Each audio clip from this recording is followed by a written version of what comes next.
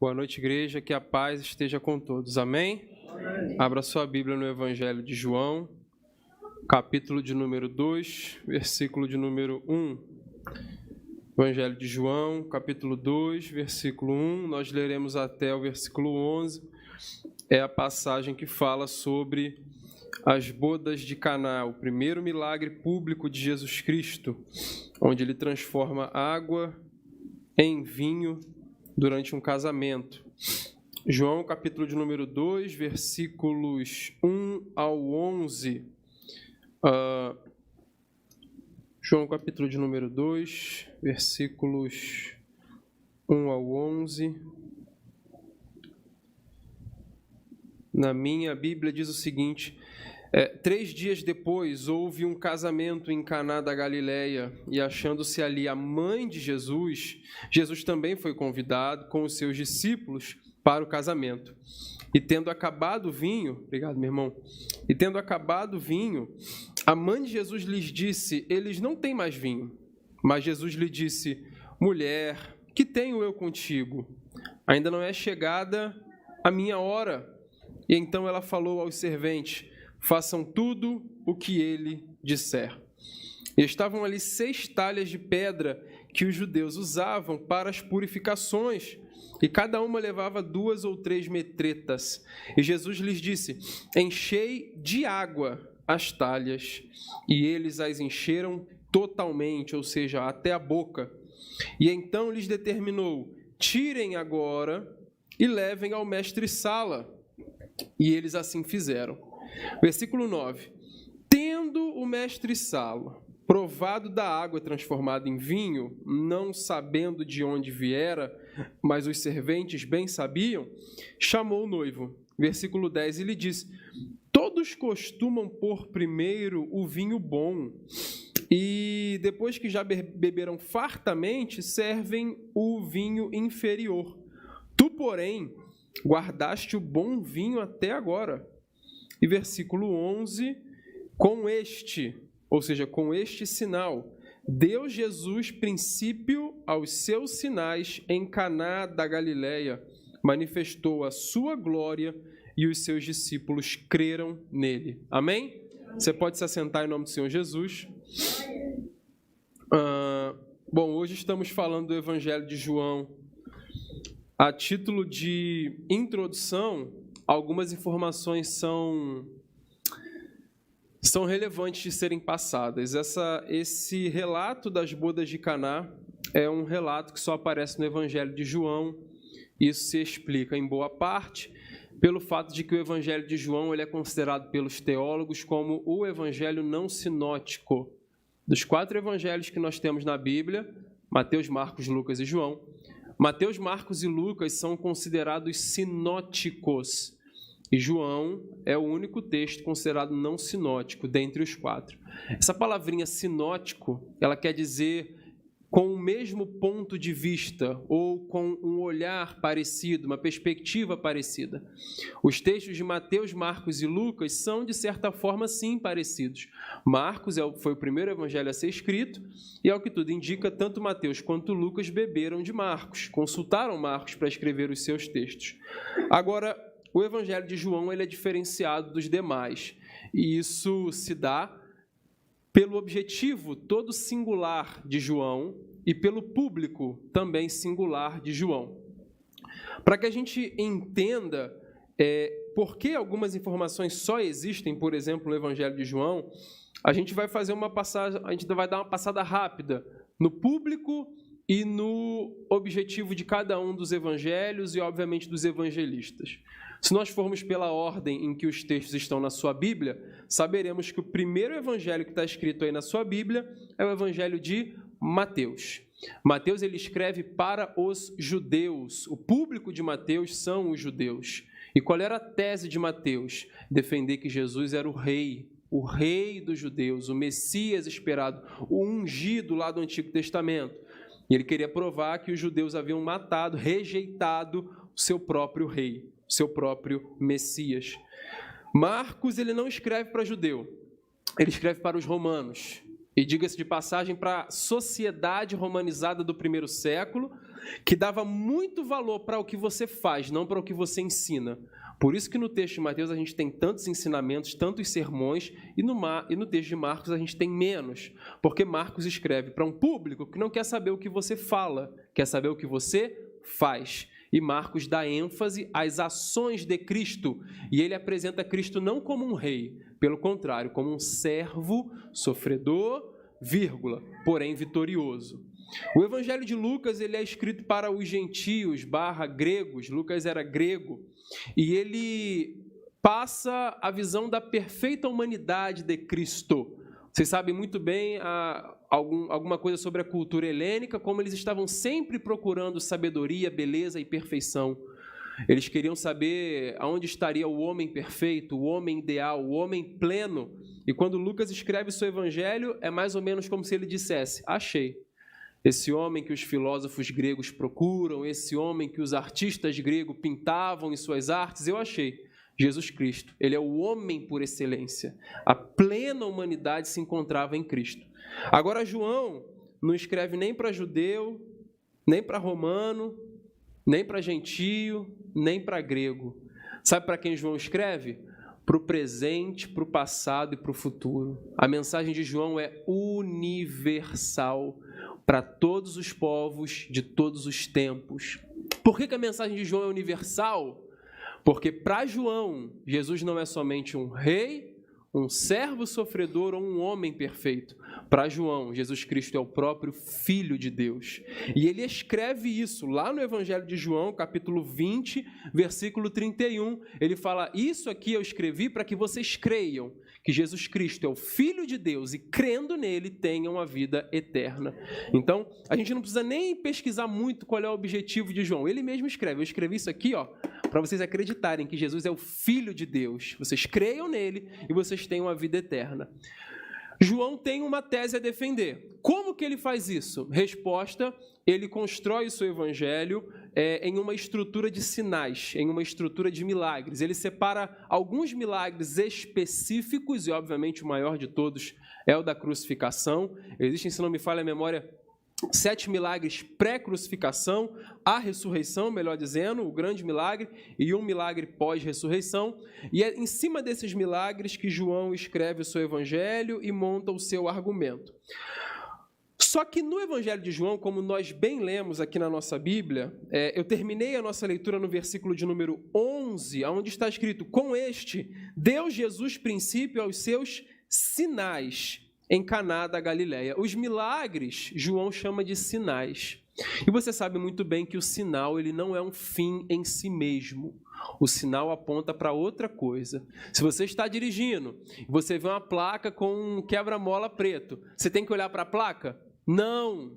Você tem que olhar para onde? Para a pista. Porque a placa ela está te sinalizando que você tem que olhar para outro lugar. Se você olhar só para a placa, o que vai acontecer? Seu carro vai voar, dependendo da velocidade que você vai estar, e você vai gastar um dinheiro aí trocando amortecedor e outras coisas. O sinal não é um fim em si mesmo. Então, nós erramos quando nós analisamos os milagres de Jesus achando que Jesus curava só por curar, achando que ele expulsava demônios só por expulsar, achando que ele multiplicava pão e peixe só por multiplicar. Não! Cada milagre de Cristo é um sinal que apontava para algo muito maior do que o milagre em si. A minha proposta hoje, junto com vocês, é entender qual era o objetivo de Cristo ao transformar água em vinho nas bodas de Caná. Já se perguntou isso? Por que Jesus fez esse milagre? Por que ele fez esse sinal? Por que aqui? Por que agora? Por que nesse momento? Por que nesse pedaço do livro de João? É o que eu quero explorar aqui hoje. E a gente vai começar sempre agarrados ao texto, né, como não poderia ser diferente, no versículo de número 3, que diz assim: tendo acabado o vinho, a mãe de Jesus lhe disse: eles não têm mais vinho. Esse diálogo entre Jesus e Maria, ele é interessante porque a resposta que Jesus dá para a mãe dele é uma resposta um pouquinho dura, né? No versículo 4 ele fala: mas Jesus lhe disse: mulher, que tenho eu contigo? ainda não é chegada a minha hora. Ele nem fala mãe, ele fala mulher, que tenho eu contigo? É bem verdade que Maria, enfim, morou 30 anos de sua vida com Jesus Cristo, né, debaixo do mesmo teto, na mesma casa. E Maria, na verdade, sempre que tinha um problema, ela não precisava buscar a solução do problema em nenhum outro lugar. Ela tinha todas as respostas, ela tinha todos os conselhos, ela tinha todas as melhores palavras morando debaixo do teto dela. Ainda que Jesus ainda não tivesse iniciado seu ministério público de sinais, prodígios e maravilhas, muito provavelmente, quando Maria tinha um problema, ela corria para Jesus. E Jesus tinha um conselho correto, uma instrução correta, uma direção, faz assim, não faz assado, porque ele é a própria sabedoria de Deus. Então Maria faz aquilo que lhe é comum. Tem um problema, o que eu vou fazer? Eu vou para Jesus. Eu estou há 30 anos da minha vida com esse menino resolvendo meus problemas. Se tem mais um problema nesse casamento, eu vou para ele. Ué. Não precisa me desesperar. Só que a resposta de Jesus mostra que a partir daquele momento, Jesus já não estava mais tão comprometido assim com a agenda de Maria. O que ele está mostrando é o seguinte: mãe, eu não estou mais comprometido com a sua agenda. A partir de agora eu estou comprometido com outra agenda, que é a agenda do meu Pai.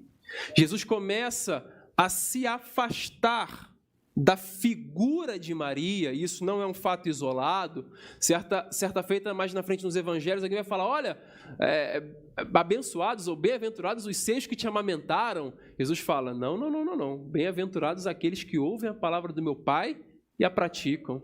Outra hora vão falar, tua mãe e teus irmãos estão aí te chamando. Ele fala, minha mãe? Meus irmãos? Não. Minha mãe e meus irmãos é quem faz a vontade do meu Pai. Ele está sempre se afastando de Maria. A minha interpretação para isso é que, na verdade, Jesus estava olhando para frente. Para frente quando? Séculos e séculos e séculos à frente. Quando os homens inventariam uma heresia chamada intercessão de Maria. Quando os homens se tornariam mariólatras. Sabe o que é um mariólatra? É um adorador de Maria. Quando os homens inventariam a mentira de que pede para a mãe que o filho faz. Quantos de nós já não escutamos isso? Recentemente, no carnaval, um tio meu teve um infarto e está tudo bem com ele, graças a Deus, foi só um susto. E o pessoal da família começou a postar as coisas no status e uma outra tia minha postou uma foto dele, cunhado, vai dar tudo certo, não sei o quê, Maria vai na frente. Eu falei, gente, Maria vai na frente, vai fazer o que na frente, Maria? E a minha tia não é religiosa, muito pelo contrário, é uma ótima pessoa, amo ela, mas ela não é religiosa. Mas ela que nem religiosa colocou lá, não, Maria vai na frente. Maria vai na frente para quê? Fazer o quê? Agora, se Jesus Cristo tivesse atendido de pronto o que Maria estava dizendo, esses hereges teriam argumento para falar, tá vendo? Pede para a mãe que o filho faz aqui, Maria pediu para Jesus, ele fez na hora, rapidinho. Jesus fala, mulher, que tenho eu contigo?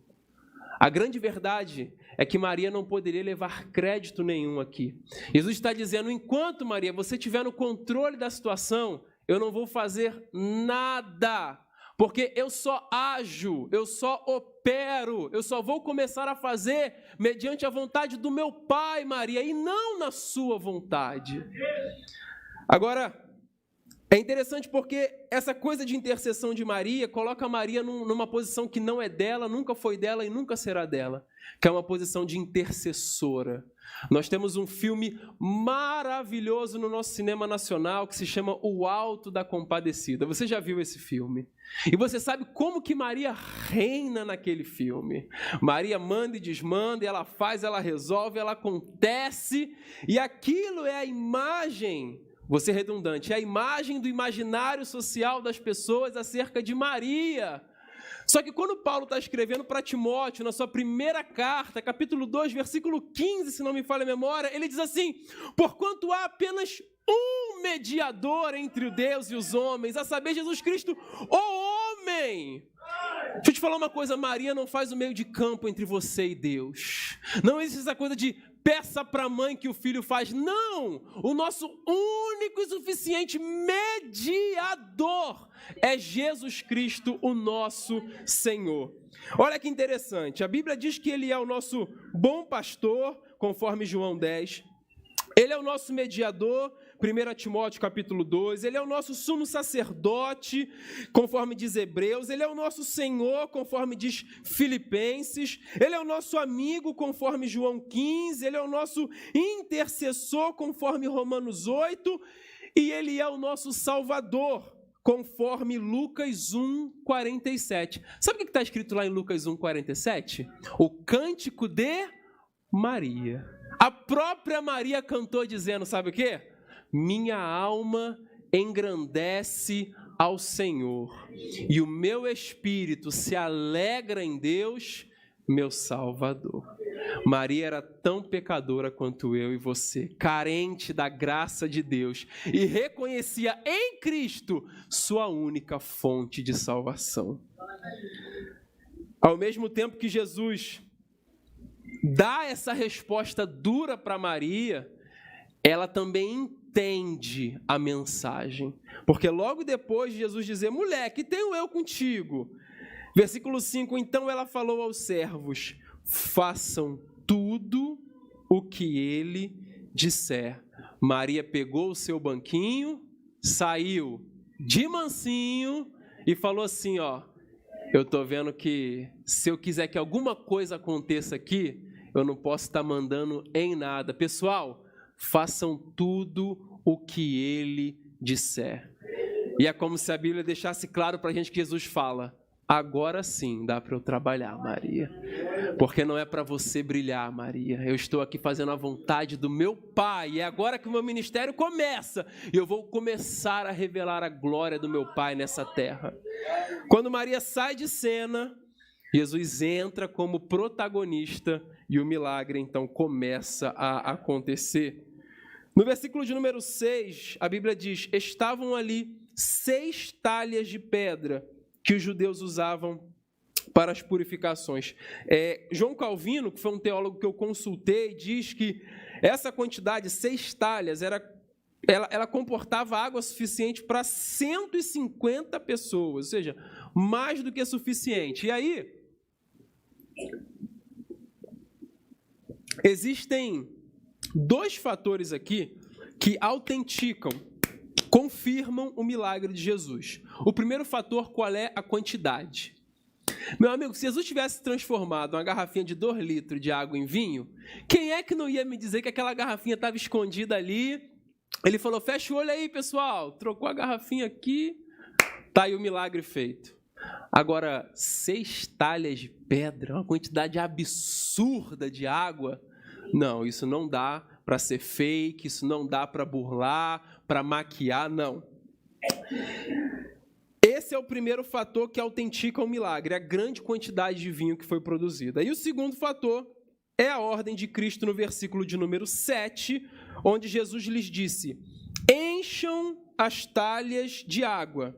E eles encheram totalmente. Então, os servos sabiam que era água, porque foram eles que encheram, e eles encheram até a boca, então não dava para alguém ter vindo lá e jogado um vinho mais forte, misturado com a água e deu um vinhozinho mais ou menos, não. Esses 2 fatores autenticam o milagre de Cristo, que ocorre exatamente entre os versículos 7 e os versículos, entre o versículo 7 e o versículo 8. Se a gente começar a falar especificamente sobre a transformação da água e do vinho, muita coisa dá para a gente tirar daqui. Mas antes eu quero fazer uma pesquisa com vocês, pesquisa de saber aqui se o pessoal está antenado. Eu vou falar uma frase agora, Não vou dizer quem disse essa frase. Se você souber quem disse essa frase, você só levanta o braço, só para eu saber, tá bom? A frase é a seguinte, abre aspas. Esse aqui é de tamarindo, parece de limão, mas tem gosto de groselha. Fecha aspas, ou laranja, sei lá. Você sabe quem falou essa frase, sim ou não? Muita gente sabe, que bom. Quem não sabe foi o grande teólogo, pensador contemporâneo, Chaves, El Chavo del Ocho. O Chaves, quando estava vendendo lá os refrescos na vila, ele tinha um monte de refresco e alguém ia comprar e fala, esse aqui é de quê? Aí o Chaves falava, esse é de tamarindo, mas parece de limão e tem gosto de laranja. Esse é de quê? Esse é de laranja, parece de limão e tem gosto de tamarindo.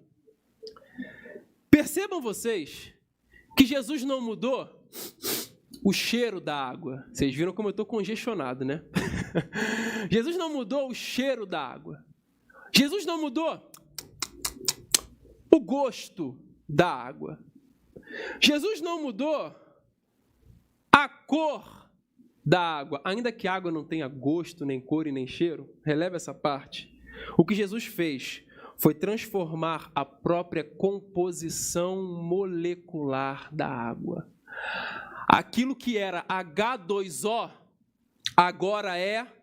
Quem for bom de química e souber a fórmula do vinho, coloca aqui.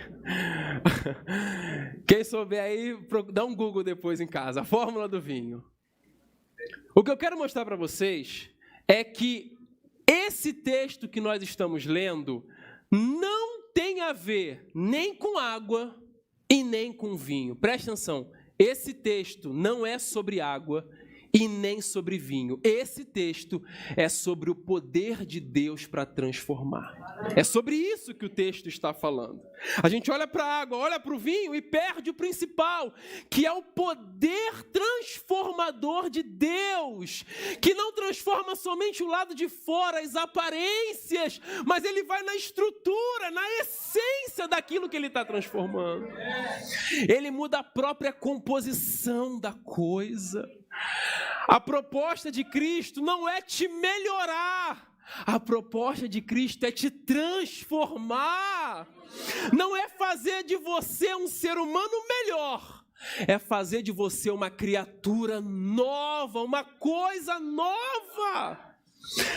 Antes de Cristo era água.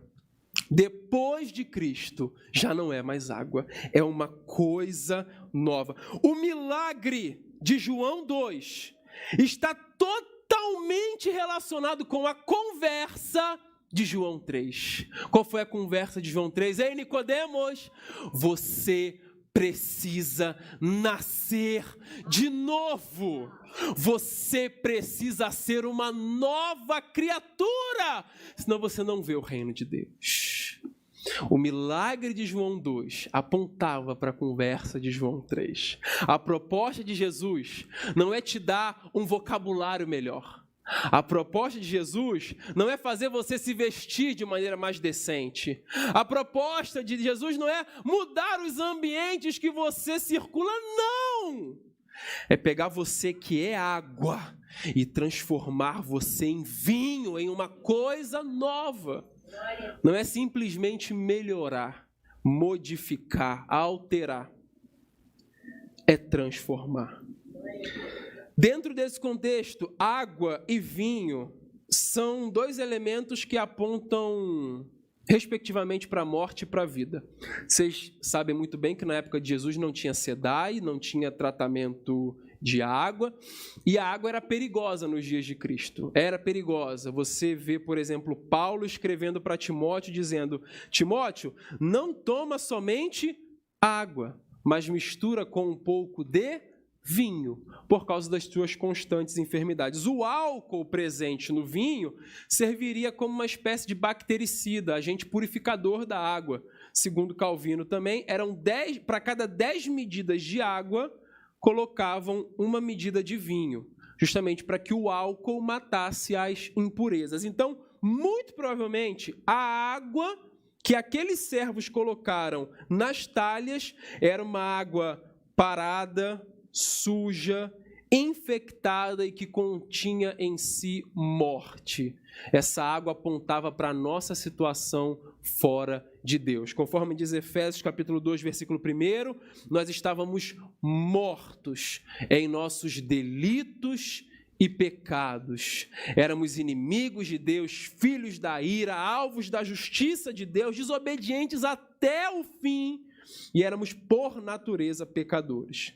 Agora, se você vai lá em Isaías capítulo 25, quando Deus está anunciando a redenção, a salvação, por meio da boca do profeta, ele assemelha isso a um grande banquete regado a muito vinho. O vinho, ele é alegria, O vinho, ele é felicidade, e o vinho normalmente aponta para uma coisa nova. Foi o próprio Cristo que disse isso. Ele fala que não se coloca vinho novo em odre velho, mas se você quer um vinho novo, você coloca em odre novo. E quando Jesus usa o novo, ele não fala água nova, ele fala um vinho novo, e assim por diante.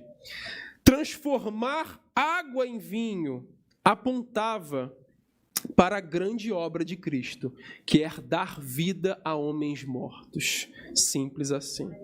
A pergunta que fica é: quando a água foi transformada? Em que momento específico aquela água foi transformada? Porque Jesus, ele não toca na talha e fala, água vira vinho. Jesus não fala, lacazinha, lacazã, água vira vinho agora. Jesus não fala, São Longuinho, transforma essa água em vinho que eu te dou 3 pulinhos. Jesus não fala nada disso. Não toca, Jesus não sopra, não joga o paletó. Como que aquela água foi transformada? Em que momento específico aquela água foi transformada? A melhor forma de entender isso, meus amados irmãos, é que, em última instância, a transformação ela é operada não pela fala de Jesus, não pelo toque de Jesus, mas simplesmente pela vontade de Jesus. Quando Deus quer, se faz. Simples assim. A vontade de Deus é tudo que é necessário para que o milagre aconteça. Você pode imaginar Deus querendo algo e não conseguindo? Você pode imaginar Deus desejando algo e se frustrando? Você consegue imaginar isso? Claro que não. A Bíblia fala que do nada, pelo poder da sua palavra, Ele criou todas as coisas. A Bíblia diz que Ele é aquele que se assenta sobre a circunferência da terra. Ele é aquele que mediu as águas com a palma de suas mãos, estendeu os céus como um tapete. Ele conhece todas as estrelas do céu pelo nome, e se Ele chamar, todas elas se apresentam.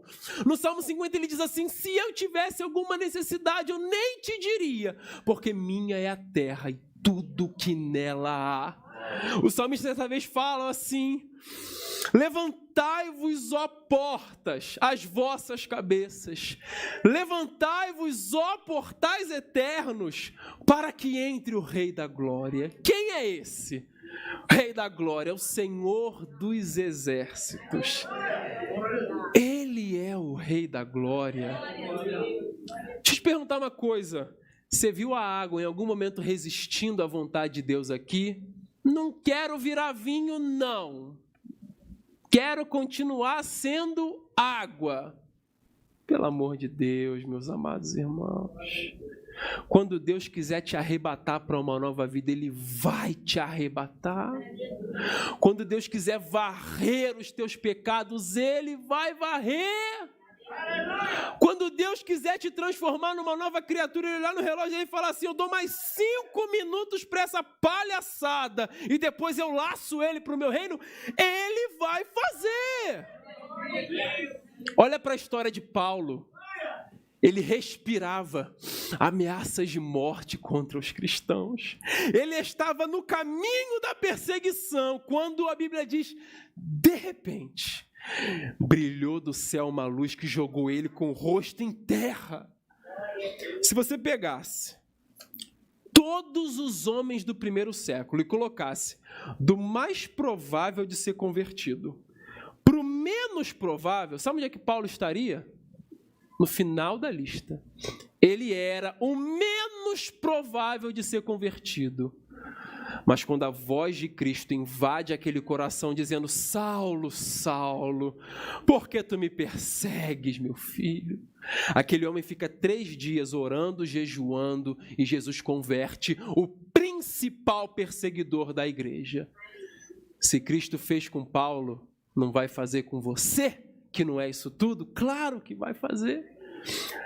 A simples vontade, o simples desejo de Deus para que a transformação aconteça, é suficiente para que mortos passem para a vida, para que pecadores sejam santificados, para que filhos da desobediência tornem-se filhos de Deus e para que aqueles que caminhavam para o inferno comecem a caminhar para o céu.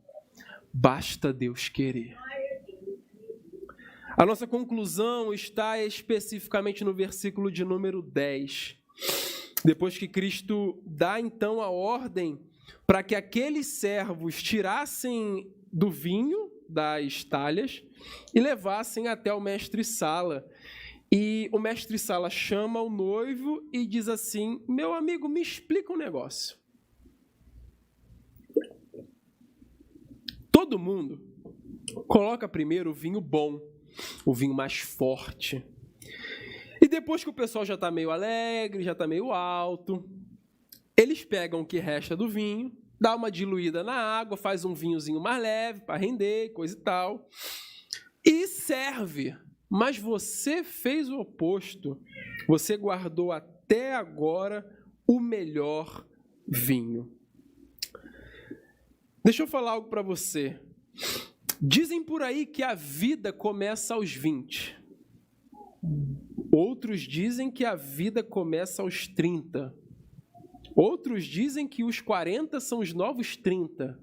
Outros dizem que os 50 são os novos 40, que são os novos 30. E todo mundo diz que a vida começa em algum estágio da sua vida. Eu digo para você, a grande verdade é que a vida começa mesmo depois que você tem um encontro verdadeiro com Cristo. A vida verdadeira está nele. E o melhor vinho fica sempre para o final. Você pode falar para mim assim: Júlio, eu já tenho, sei lá, aqui ninguém deve ter 60, 50 anos, não, todo mundo é bem novinho aqui, né? Mas vamos supor que, fala assim: Júlio, eu tenho 55, e Jesus me encontrou quando eu tinha 50. Esses teus 5 aninhos com Jesus já valeram muito mais do que 50 anos longe dele. Júlio, eu tenho 1 aninho de convertido, você viveu os melhores 365 dias da sua vida. Não importa o quão magnífica foi a sua vida antes de Jesus. Não importa quantos países você visitou, quantas coisas você realizou, quantos lugares você conheceu, quanta gente você impactou, quantas conquistas. Não importa. O melhor vinho fica sempre para o final. A vida com Jesus, ela é inigualável. E eu trouxe um paralelo bíblico para poder explicar isso. Existe um homem na Bíblia, assim, você pode falar assim: Júlia, minha vida foi boa. Sua vida não chega nem perto da vida desse camarada, que é Salomão. Ele fala assim: artes, provei de tudo, música, dança e pintura e etc e tal. Jardins, plantei de tudo, todo tipo de árvore, todo tipo de fruta e coisa e tal. Obras, edifiquei para mim palácios e casas e prédios, etc, etc. Território, o pessoal do seminário aí que estuda comigo, a gente viu que no dia de Salomão foi quando o território de Israel mais expandiu, conquistei muita terra. Mulheres, tive até perder de conta, até perder de vista. Riqueza, fui o rei mais glorioso no sentido de dinheiro da história de Israel. Tive tudo. Salomão fala: tudo aquilo que os meus olhos desejaram, não neguei nada. O que Salomão queria, ele se dava. Aí sabe como é que ele conclui o pensamento dele? Tudo isso foi, sabe o quê? Vaidade. Não serviu de nada. Agora, diferente de Salomão, tem um outro camarada. O nome dele até rima, mas não é Salomão. É Simeão. No Novo Testamento tem um senhorzinho chamado Simeão. Sabe o que Simeão fez? Ele teve o privilégio de segurar o menino Jesus no seu colo. Quando Simeão segurou Jesus no colo e olhou para aquela criança, sabe qual foi a oração de Simeão? Senhor, despede o teu servo em paz, porque os meus olhos viram a tua salvação. Simeão falou: Deus, pode me matar, pode me levar.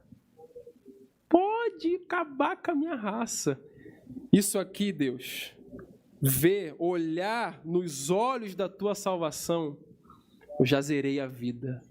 É o que Simeão estava dizendo. Meus amados irmãos, eu quero dizer para vocês, o vinho novo vem sempre no final. A vida com Jesus é incomparável, inigualável, inatingível, insuperável. Nada daquilo que você viveu sem Ele vai chegar perto do que é você caminhar com Ele dia a dia. Porque a tua caminhada ao lado do Mestre, ela não vai ter fim. Nós vemos aqui 80, 90, 100, 105 anos, o que é tempo pouquinho demais, comparado com a eternidade que nós viveremos ao lado do nosso Senhor. Essa é a nossa esperança, meus amados irmãos. Essa é a promessa que Ele nos fez, que Ele nos transformaria, que Ele nos tomaria para si. Ele mesmo disse que está preparando um lugar para que onde Ele estiver, nós estejamos também. Deixa Jesus trabalhar na sua vida. Deixa Jesus te arrebatar com o amor dele e mexer na tua essência, na tua estrutura, te chacoalhar de dentro para fora, tirar os móveis do lugar, levantar poeira dentro de casa, porque depois que a obra dele terminar, você não vai mais ser água, você vai ser vinho transformado por Ele. Você não vai ser morte, desobediência, castigo, juízo, inferno. Você vai ser alegria, vida eterna, gozo no Espírito Santo. Essa é a promessa que Ele fez para a sua igreja. Essa é a promessa que Ele está trabalhando cada dia para cumprir e vai continuar cumprindo.